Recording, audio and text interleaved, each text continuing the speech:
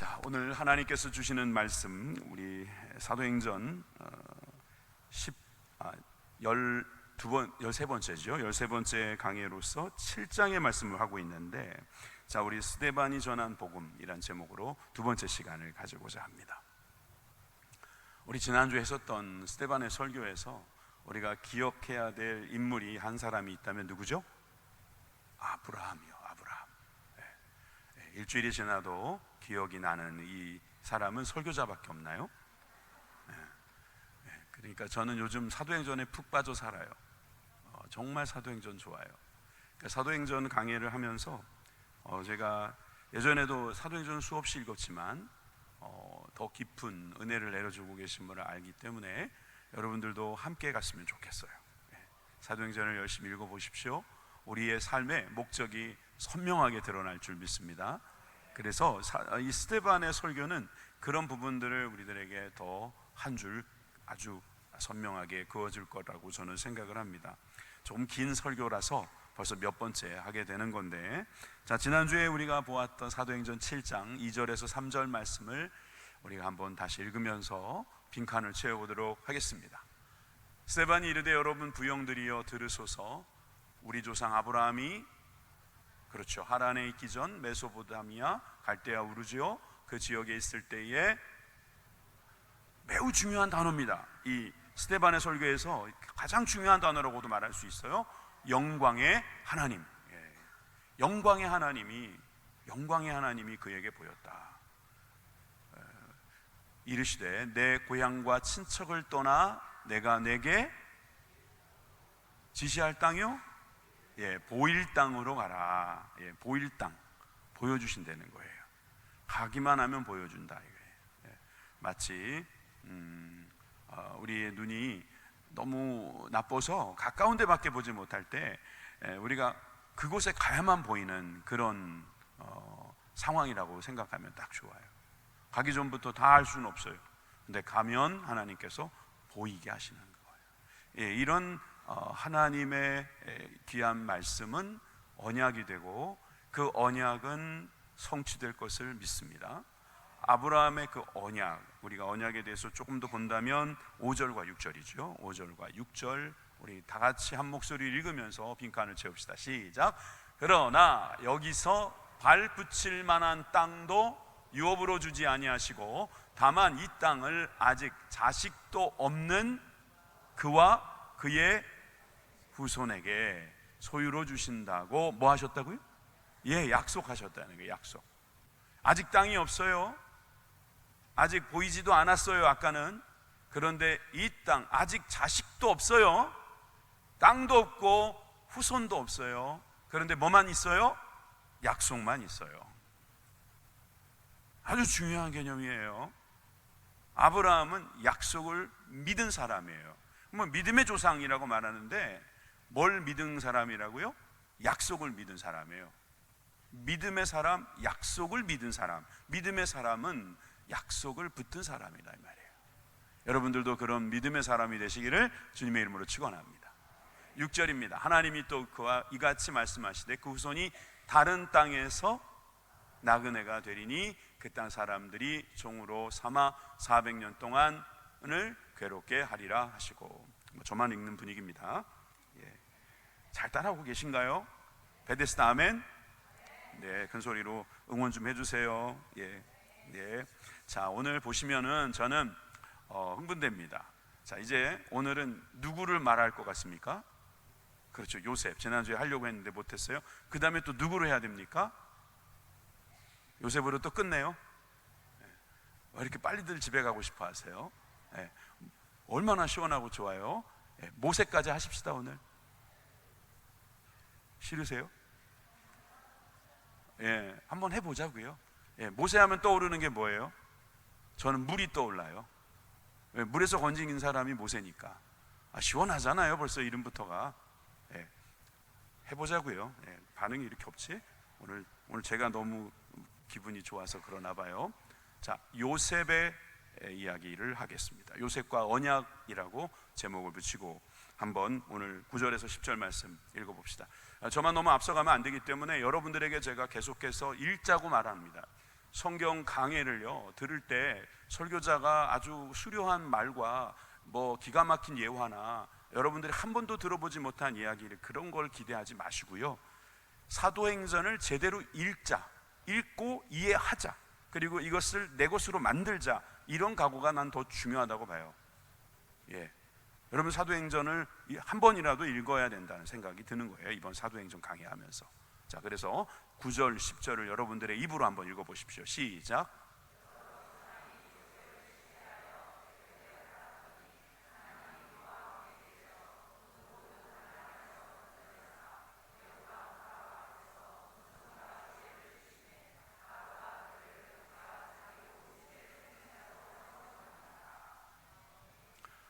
제발 읽어주십시오. 다음에 읽을 때는 더 큰 소리로 읽어주시기를 바라고요. 안 읽는 분이 많이 계신 것 같은데 읽어주십시오. 제가 왜 읽어달라고 부탁하냐면 여러분들이 이 자리에 오셨을 때는 이 설교를 통해서 은혜를 받으려고 하는 것 같은데, 여러분 나 좀 은혜 끼쳐봐라 그런 자세 하지 마시고요, 읽어주십시오. 여러분 안 읽으시면 졸릴 겁니다.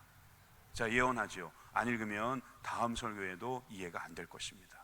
읽어주십시오. 자, 여기서 읽으셨다면 이해되시는 게 뭐냐면 요셉을 뭐 했다고요? 시기했다고요. 시기. 지금 스테반을 뭐 했습니까? 시기했죠. 예수님을 유대인들이 뭐 했어요? 시기했죠. 지금 스테반은 아주 기가 막히게 그들의 모습을 이 설교에 녹여 넣고 있어요. 그리고 하나님에 대한 소개도 아까는 영광의 하나님이라고 말하더니 이번에 9절에는 뭐라고 말합니까? 하나님이 그와 함께 하셨다. 임마누엘, 예수님의 이름도 거기다가 싹 집어넣어가지고 지금 예수님이란 단어는 쓰진 않았지만 시기하는 너희들, 그러나 예수, 임마누엘 예수님은 요셉과 함께 하였듯이 우리와 함께 하신다. 그런 메시지를 주고 있습니다. 아멘이십니까? 여러분들도 그런 모습인 줄 믿습니다. 환난에서 건져내셨다. 요셉에 대한 설명은요, 은총과 지혜를 주셨다. 자, 다시 한번 보여주시면요, 누가 누구에게 은총과 지혜를 주셨습니까? 그렇죠. 9절 중반부에 있는 하나님이 그와 함께 계셔서 은총과 지혜를 주신 거예요. 하나님이 은총과 지혜를 주셨더니 옆에서 또 누가 도와줘요? 바로가 그를 애굽과 자기 온 집의 통치자로 세웠느니라. 사람들은 헛갈려 합니다. 나는 대통령이 되고 싶어요. 국민들이 대통령 시켜줄 수 있을 겁니다. 그런데 하나님께서 은혜와 지혜를 주셔야 되는 것이 먼저입니다. 잘 생각해 보세요. 서울대 들어가고 하버드대 나오고 S그룹 들어가고 H그룹 들어가는 거에 대해서 여러분 많은들 좋아하는데요, 그거는 바로가 주는 통치권과 비슷할 수 있어요. 잘못되면 힘들어지기도 해요. 그런데 하나님께서 은혜와 지혜, 은총과 지혜를 주시는 것이 먼저라는 사실입니다. 요셉은 그런 사람이었던 거예요. 요셉은 주님이 주시는 은총과 지혜로 풍성했기 때문에 노예로 팔려갔지만 그곳에서는 그냥 엄청난 고생만 한 것 같지만 하나님이 함께 하셔서 그것을 가리켜 또 다른 말로 형통했다. 그래서 지금 요셉에 대하여 이렇게 설명을 하고 있는 것입니다. 자, 그런데 요셉에 대해서 우리 솔직히 한번 말해 봅시다. 요셉 문제 없었습니까? 요셉은요, 사실은 예수님과 비교할 만한 인물이긴 합니다. 이따 제가 말씀을 드려볼게요. 그런데 요셉에 대한 이야기를 하려면 이 이야기를 안 할 수가 없어요.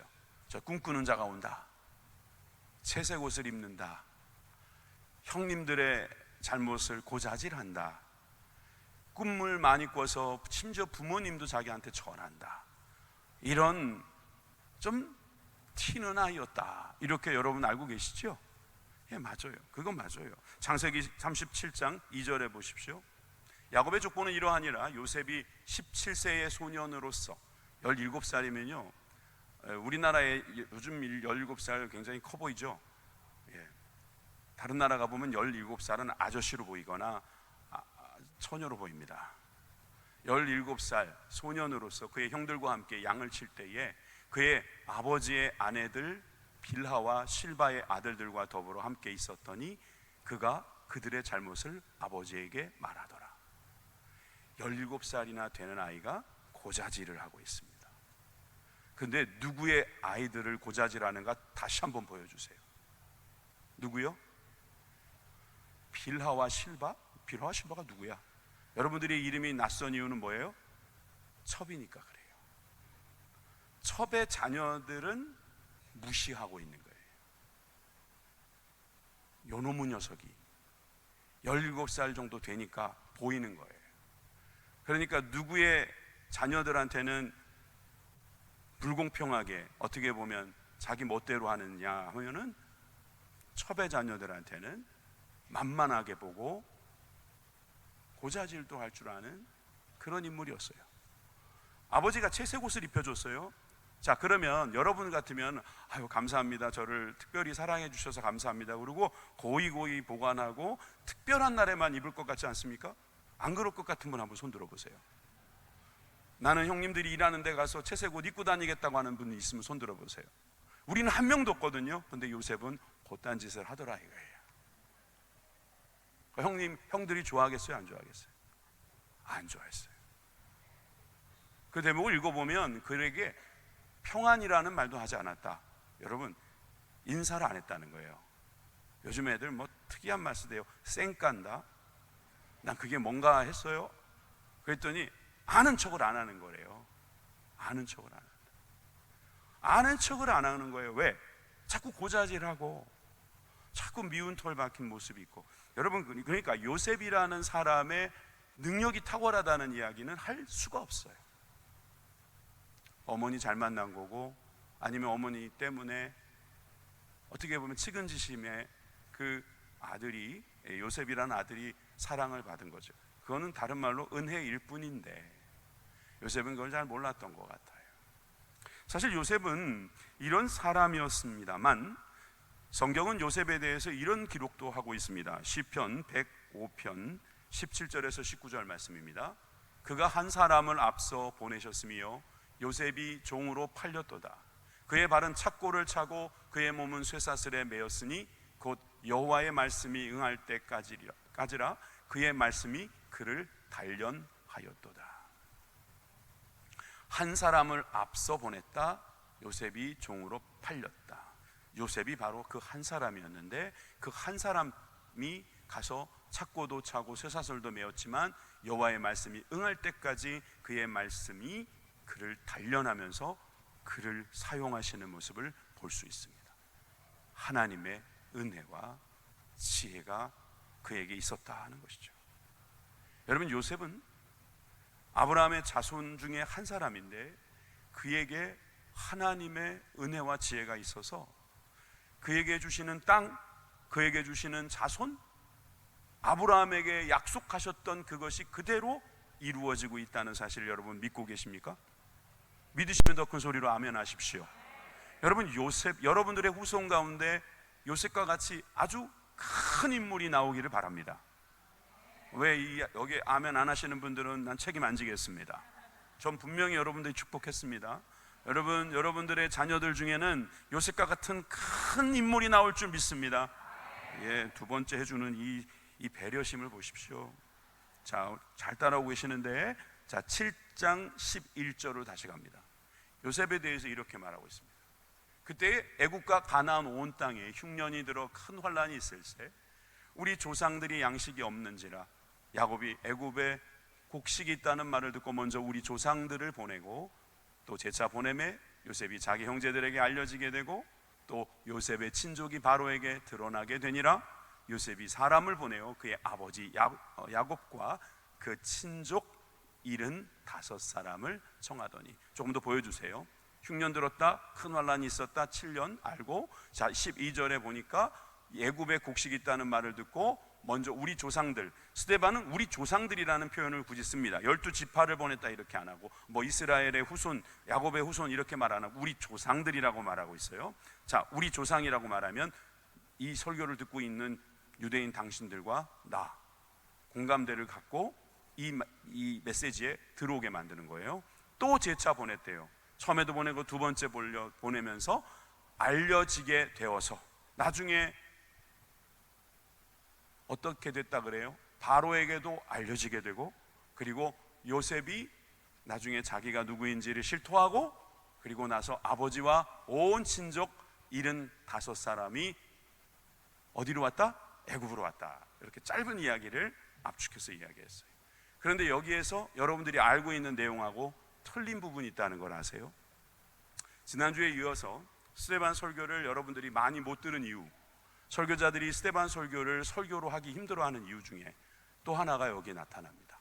14절에 75사람이라고 하는 저 숫자의 이슈예요. 이런 거 별로 관심 없어요. 우리는 사실 75명이면 어떻고, 뭐 750명이면 어떻고, 그거 나하고 무슨 상관이 있어. 그런데 성경의 앞뒤가 안 맞잖아요. 그러면 성경의 권위가 팍 떨어지거든요. 성경이 오류가 있다는 말을 듣게 되면은요, 그 다음부터 성경이 여기저기 오류가 있는 거 아니야 하고 그걸 찾으려고 혈안이 됩니다. 그래서 설교자들이나 또 뭐 여러분들도 마찬가지겠지만, 이게 오류가 생기지 않도록 번역하는 것, 그리고 이것을 설명하는 것이 매우 중요하다고 생각합니다. 무더운 여름이지만 이 한 부분은 한번 짚고 넘어갑시다. 왜 75명이라고 했는가? 그러면 75명이 아니라 몇 명이라는 소리입니까? 70명이라는 이야기예요. 어디로 갈까요? 창세기로 가야겠죠. 창세기 46장 27절 안 찾으셔도 돼요. 저는 다 보여드립니다. 이게 얼마나 좋은지 모르겠어요. 근데 이따가 한번 찾을 수도 있어요. 애굽에서 요셉이 낳은 아들 2명이니 야곱의 집사람으로 애굽에 이른 자가 모두 70명이다. 70, 여긴 70명이고 아까 몇 명이요? 75명. 5명이나 차이가 나요. 왜 이래요? 자, 이걸 설명하기 위해서 여러분들에게 70인역이라는 성경을 말씀드려야겠습니다. 예상하건대 스데반은 70인역의 숫자를 인용한 것으로 보입니다. 지금 우리가 이 70인역을 갖고 있는데, 70인역이라 하면 구약을 당시의 언어인 헬라어로 번역한 거예요. 기원전 한 300년경에 번역된 구약 성경인데, 이 구약 성경에는 이 부분이 75명으로 나와 있어요. 심지어 창세기 아까 읽었던 46장 27절 다시 보여주시면 70명이라고 되어 있는 것도 70인역에는 75명이라고 되어 있고, 그리고 저 위에 2명이라고 되어 있는 것은 몇 명으로 되어 있을까요? 9명으로 되어 있어요. 9명. 자, 그러면 저게 9명이고 75명이고 이건 뭐야? 이렇게 설명을 하게 되지요. 이제 저를 보여주십시오. 저를 보여주면 이제 답이 나옵니다. 사람이라 실수했다? 아니요, 그런 게 아니고 이렇게 말씀드릴 수 있습니다. 여기에서 말하는 자녀라고 할 때에 자녀는 직계, 아들만 해당되는 것이 아닐 수도 있다는 거예요. 쉽게 말해서 손자들까지도 집어넣게 되면은 2명이 아니라 9명으로 될 수 있다는 거죠. 므낫세와 에브라임 플러스 그의 자녀 7명까지 더하면 그렇게 될 수 있는 거예요. 그래서 그 9명이라고 하는 숫자부터 생각해 보면 그 2명이라고 번역된 것은 직계 아들만 이야기한 거고, 9명이라고 한 것은 그 후손까지 넣었을 것이다 라고 번역 가능합니다. 그러다가 2명 차이 나는 건 어떻게 하면 되냐 하면은 75명이냐 70명이냐 이거는 7명을 더 집어넣고 2명을 빼버리면 되거든요. 그러면 그건 2명을 누굴 빼면 되냐면 야곱하고 야곱의 아내를 빼버리면 또 75명이 돼요. 다시 설명 안 하겠습니다. 유튜브를 참고하시기 바랍니다. 그렇게 해서 75명이 됩니다. 문제는 뭐냐 하면 이게 틀렸다라고 이야기하는 사람들이 나올 수도 있습니다. 당시에 유대인들은 뭐 지금도 마찬가지지만 70인역을 무시한 경우도 있었고, 유대인들은 뭐 왜 70인역 이야기로 75명이라고 말하냐 라고 말하는 어떤 유대인들도 있었을지 모르겠습니다. 중요한 건 그게 아니라는 거예요. 그런 숫자 가지고 시비를 걸지 말라는 거죠. 하나님이 함께 계셨다. 아브라함은 하나님께서 언약하셨다, 하나님께서 부르셨다. 어디서부터요? 유대 땅에서요? 예루살렘에서요? 가나안 땅에서 부르셨어요? 아니라니까요. 하란에서만 부르신 거 아니고요, 심지어 메소포타미아에서부터 부르시고요, 하란에서도 또 부르시고요. 여러분, 지금 요셉도 하나님이 유대에서만 같이 함께 하신 게 아니라 애국까지 같이 가셔서 도와주시고요, 동행해 주시고요, 형통하게 해 주시고요. 여러분, 유대인들은 성전 안에만 갇혀 있는 거예요. 율법이라고 하는 테두리 안에서 자신들의 아주 좁은 시각만 가지고 이야기를 하고 있는 거예요. 자, 또 한 가지가 있긴 있어요. 또 한 가지가 있어요. 뭐냐면, 자, 먼저 15절과 16절을 같이 읽어봅시다. 다 같이 큰 소리로 시작.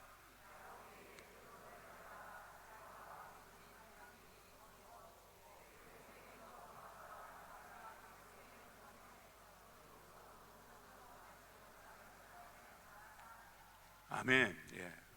서너 명 더 읽으셨는데 아직도 안 읽으시는 분들이 있어서요. 그 이유를 알고는 싶은데 다음에 또 기회 드릴게요. 다음에 또 큰 소리로 읽어주십시오. 자꾸 성경을 큰 소리로 읽으시면 좋아요. 정말이에요. 야곱이 세겜으로 옮겨져서 거기에 장사됐다, 이 말이거든요. 그리고 여기에서 문제가 되는 구절은 뭐냐면, 아브라함이 세겜 하몰의 자손에게서 은으로 값주고 샀다라는 말이 문제가 돼요. 누가 샀어요 실제로? 야곱이 샀어요. 이걸로 또 시비를 거는 거예요. 그런데 여러분, 아브라함은 야곱의 조상이기 때문에, 그죠? 조상이라기보다는 아버지잖아요. 바로 아버지잖아요. 그러니까 아버지가 그 일을 대표로 이야기할 수도 있어요. 사실 저는 이것보다도 더 재미난 게 뭐냐면, 사실 아브라함은 어디에 묻혔어요? 여러분들이 아 맞다 그러실 거예요. 헤브론에 묻혔어요. 요셉은 야곱을 어디에다 묻었을까요? 세겜에다 묻었다는 거예요. 한번 찾아봅시다. 이거는 제가 일부러 안 넣었어요. 창세기 50장 11절을 한번 찾아보시기 바랍니다. 창세기 50장 11절, 여러분들이 오늘 무겁게 들고 오신 성경책을 한번 찾아보시기 바랍니다. 창세기 50장 11절. 예, 죄송합니다. 준비되어 있지 않아요.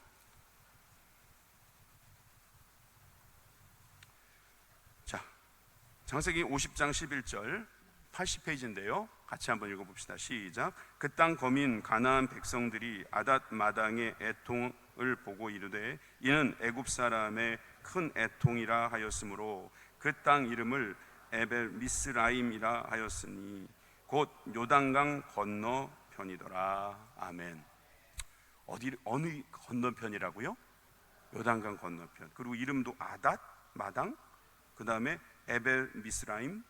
근데 그 에벨 미스라임, 여러분 주석에 같은 데 보면 애굽인의 곡함이라는 뜻으로도 번역할 수 있다고 되어 있죠. 그래서 실제로 그 땅 이름의 에벨 미스라임이라는 곳이 어딘지 알기가 어렵습니다. 그러나 한 가지 근거는 단서가 뭐가 있어요? 요단강 건너편이에요. 지도를 하나 보여드리죠. 지도를 보여드립니다. 먼저 지도부터 먼저 보여주세요. 죄송해요. 지도부터 먼저 보여주시면 그렇죠. 잘했어요. 여기 보면 가나안을 기준으로 해서 자, 먼저 헤브론을 보여드리면, 헤브론은 사해 어느 편이에요? 서편이죠. 그죠? 사해의 오른쪽이죠. 그 다음에 가나안 위에 세겜이 있어요. 그러니까 북이스라엘 지역이라고도 말할 수 있고 사마리아 지역이라고도 할 수 있는 저 세겜 지역과 헤브론의 지역이 사실 아브라함이 묻힌 곳과 야곱과 그의 후손이 묻힌 지역이 좀 달라요. 굳이 왜 우리는 이런 이야기를 지금 하는가? 자, 이제 여러분들이 여기서 아까 읽었던 말씀대로 요단강 건너편이라면 어느 지역이겠어요? 헤브론이 가까워요? 세겜에 가까워요? 다시 그림 보여드릴게요. 요단강이 어디 보이죠? 그림 다시 보여주세요. 그림에 보면 사해부터 저 위에 있는 갈릴리, 호수까지 그 줄이 하나 있잖아요. 그게 요단강이에요. 요단강 건너편, 사해 건너편, 이렇게 말한다면 요단강 건너편 어디예요? 세겜이라고 할 수 있죠. 그러니까 지금 스데반이 틀린 말을 한 건 없어요. 뭐만 말을 좀 다르게 했냐면은 야곱이 산 땅인데 아브라함이 산 땅이다 라고 말을 한 거죠. 전 그래서 이 스데반이 매우 구약에 능통했던 사람으로 볼 수 있다.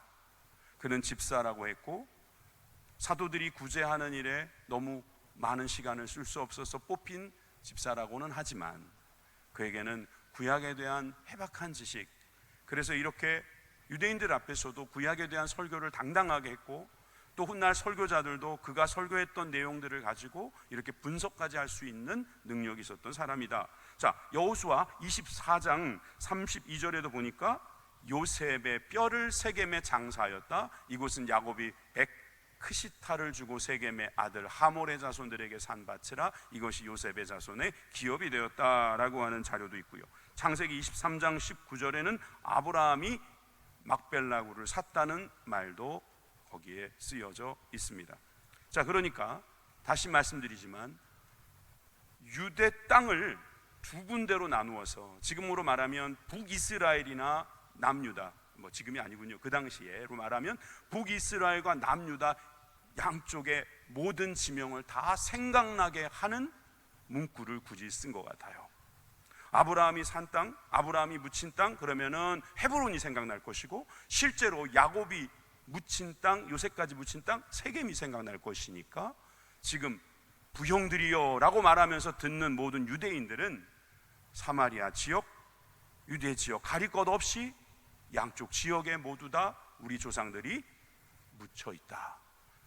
땅땅거리고 있는 그들에게 지금 실제로 우리의 조상 중에는 저 사마리아 땅에 묻혀 있는 사람도 있다. 이렇게 지금 말하고 있는 겁니다. 그러니까 그들이 생각하고 있는 땅이 중요하다, 성전이 중요하다, 위치가 중요하다, 뭐 이런 이야기를 하는 사람들에게 지금 스데반은 아주 날카롭게 말하고 있다는 것이죠.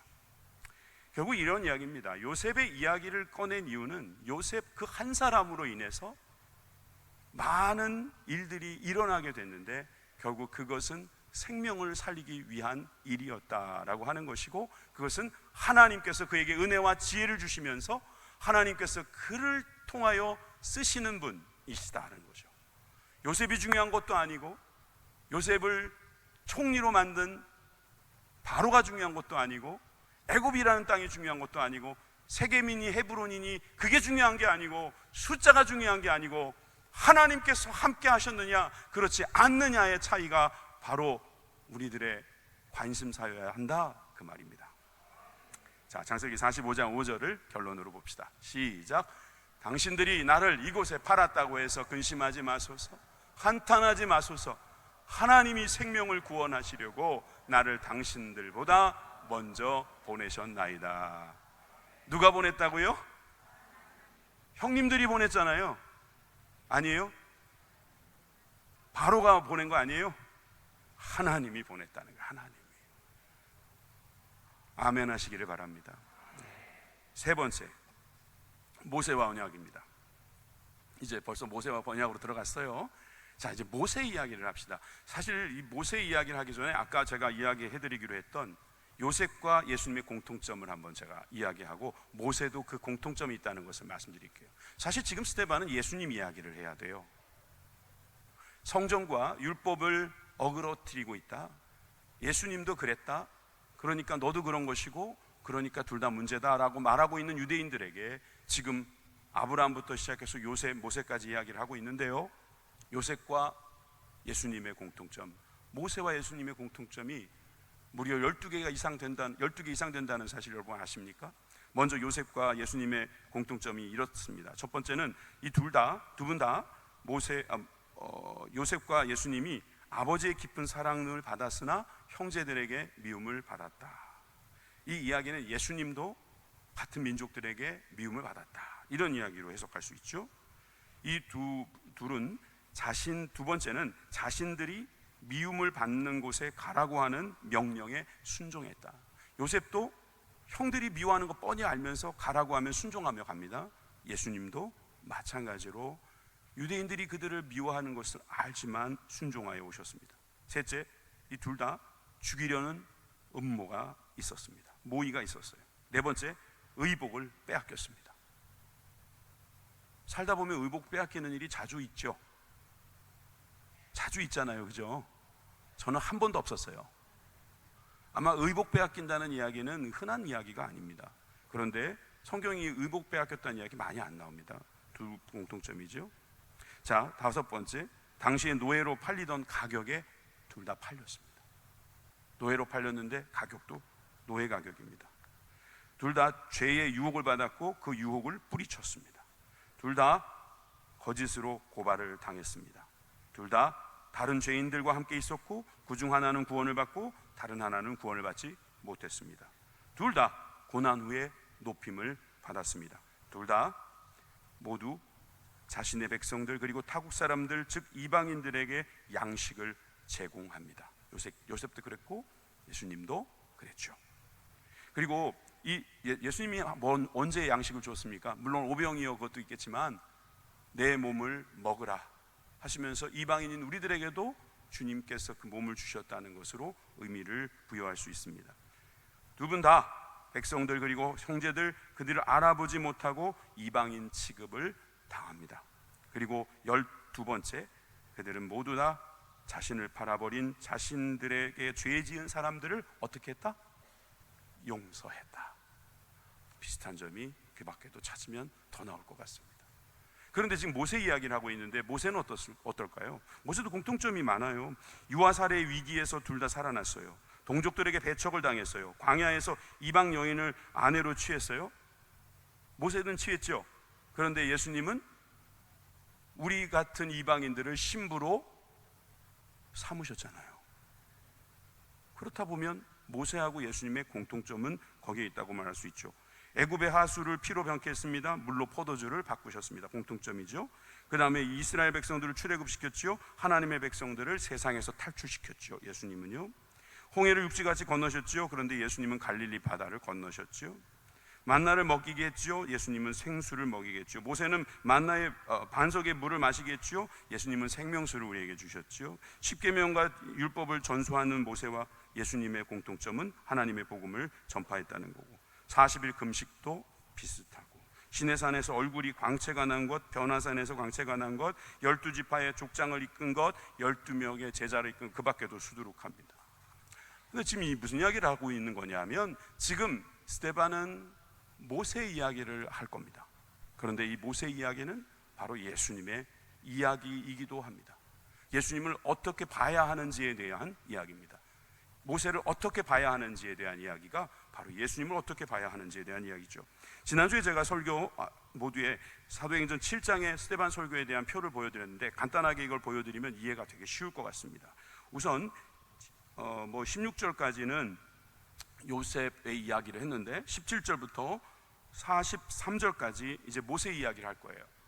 애굽에서의 모세, 애굽에 있는 모세. 30절에서 34절까지는 광야에서의 모세를 부르시는 것.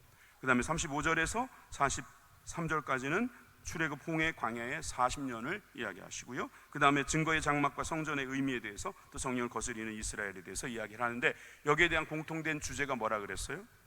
바로 언약, 율법, 성막, 성전에 대한 것이라고 말씀드린 바 있습니다. 이 모든 것이 성령을 거스리는 이스라엘을 향하고 있다는 것을 또 말씀드릴 수 있겠죠.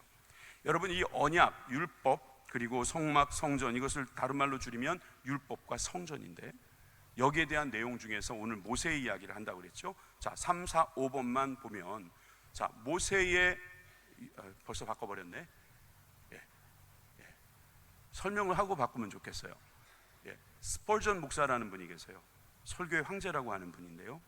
이분이 이 부분을 설교하면서 모세가 I am 하고 뭐라고 말했다는 거예요. 그러니까 영어예요. 근데 I am that I am 이라고 하나님께서 스스로 있는 자다라고 말한 것처럼 모세도 I am 뭐다 이렇게 말했다는 거예요. 그런데 모세가 애굽에 있을 때는 I am somebody라고 생각했다는 거예요. 이 somebody라는 말은요, 내가 뭔가라도 되는 줄 알았다 이 말이에요. 왕의 교육을 받으면서 나는 앞으로 뭔가를 해볼 사람이다. I am somebody. 그런데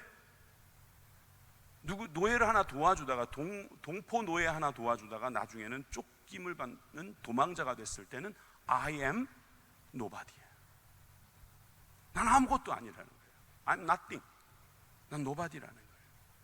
그러다가 다시 떨기나무에서 우리 하나님을 만나고 나니까 그가 어떻게 됐어요? I am God's body. 하나님의 몸이 됐다는 거예요. 스펄전 목사님의 설교의 주제예요. 이렇다는 거예요. I am somebody가 I am nobody가 되고 I am God's body가 됐다. 이런 이야기예요. 이게 어쩌면 모세에 대한 주제이자 결론일 수도 있어요. 여러분 이런 거 있잖아요. 나는 그 일을 충분히 할 만한 사람이야. 내가 아니면 그 일을 누가 해? somebody예요. 내가 아니면 그 일 할 사람이 없어. 지네들끼리 해보라고 해. 어차피 나한테 오게 될 거고 내가 빠지면 손해잖아. 나는 somebody야. 근데 어떤 사람은 nobody예요. nobody. 나는 아무것도 못합니다. 나는 절대로 못합니다. 난 하나도 못합니다. 이것도 좋은 게 아니라는 거예요. 나는 안 돼요, 안 돼요. 구육장도 안 되고요, 마을장도 안 하고요, 난 그런 것도 재직도 안 받을 거고요. I am nobody. nobody 아닙니다. 우리는 뭐예요? God's body라는 거예요. 하나님께서 쓰시는 사람이라는 거죠. 이것을 모세가 알게 되는 과정의 이야기들을 길게 설명을 했는데 저는 빨리 요약해 보겠습니다. 먼저 그가 I am somebody라고 생각하고 있었던 시대의 이야기입니다. 20절에서 22절까지 읽어주십시오. 시작.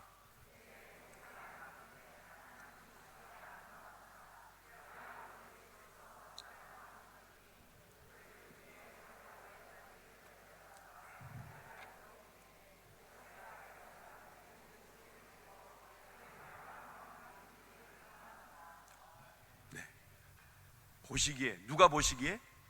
하나님이 보시기에. 하나님이 보시기에 아름다웠으면 사람들도 거의 아름다울 겁니다.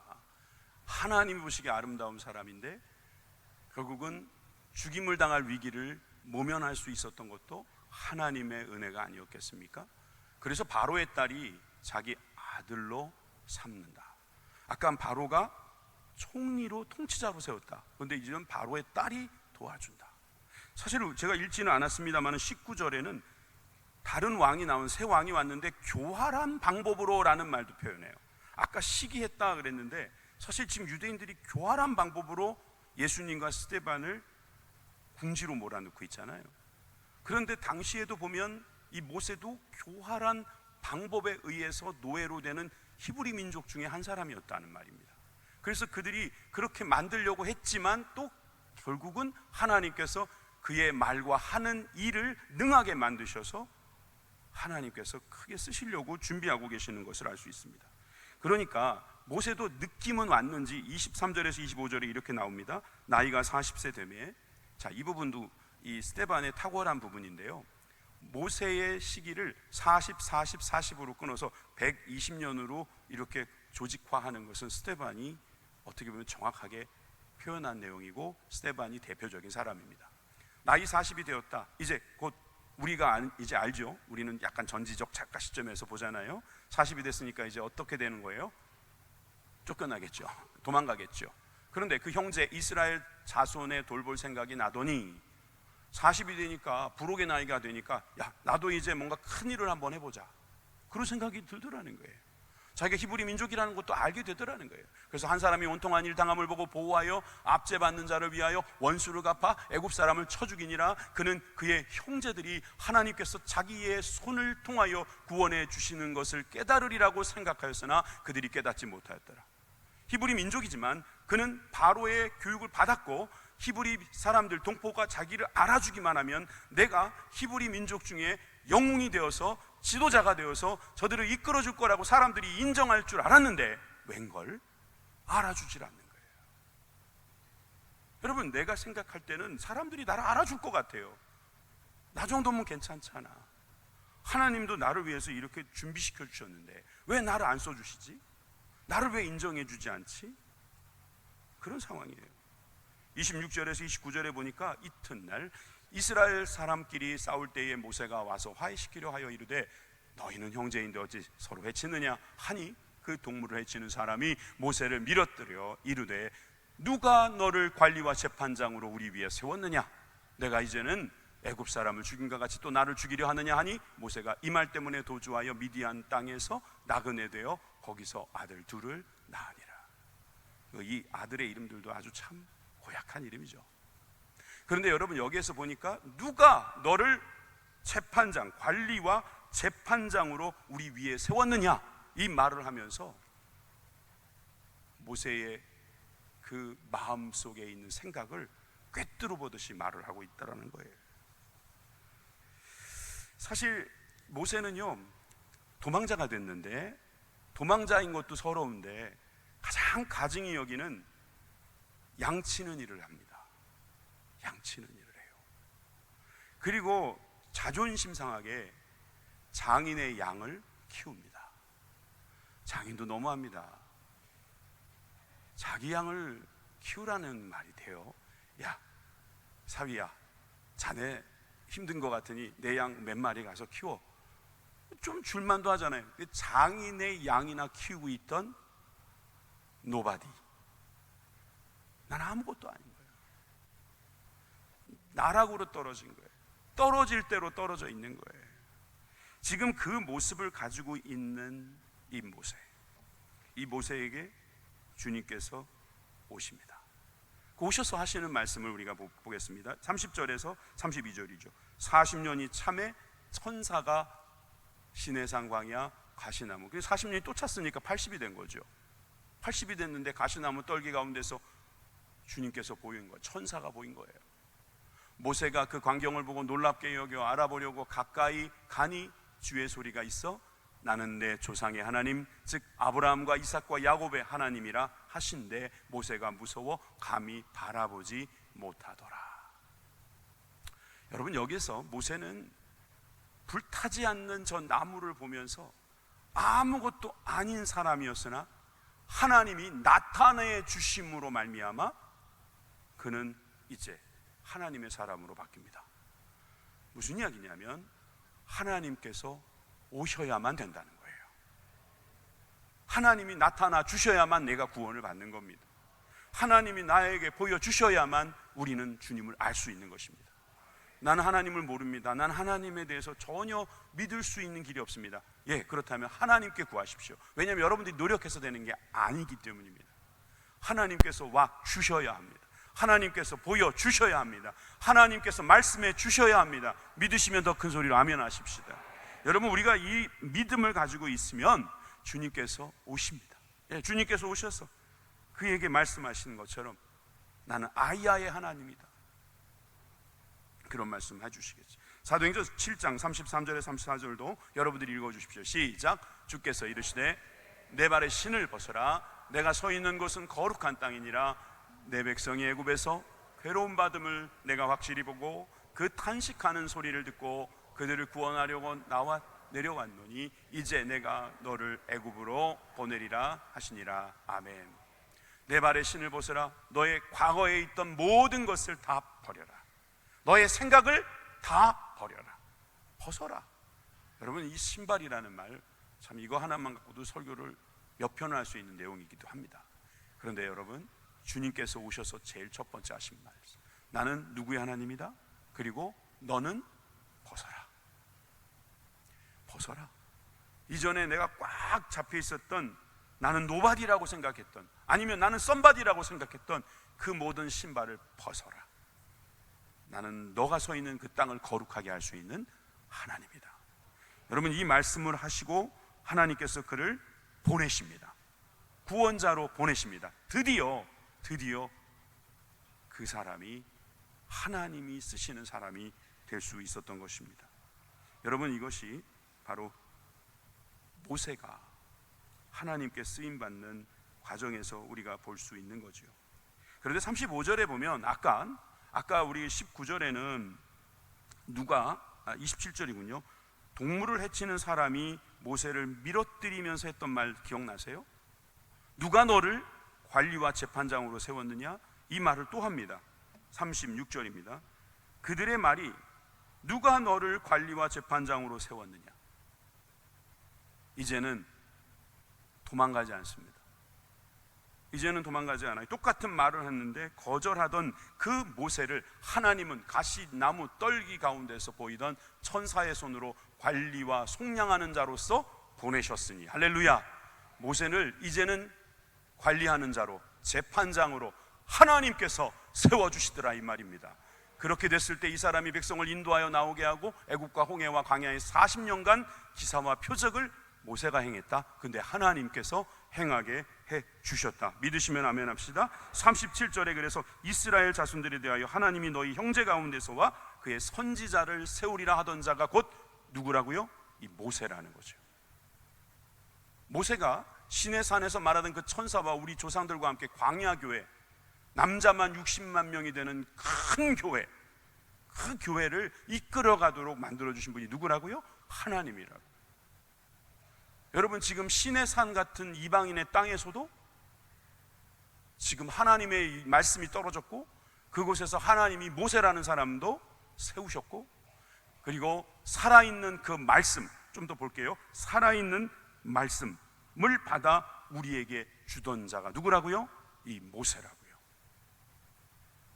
예수님과 스데반에 율법과 성전을 왜곡하고 있다라고 누명을 씌우던 사람들에게 스데반은 지금 이야기하는 것입니다. 너희들이 그렇게 존경하에 맞지 않는 모세는 바로 이런 사람이었다.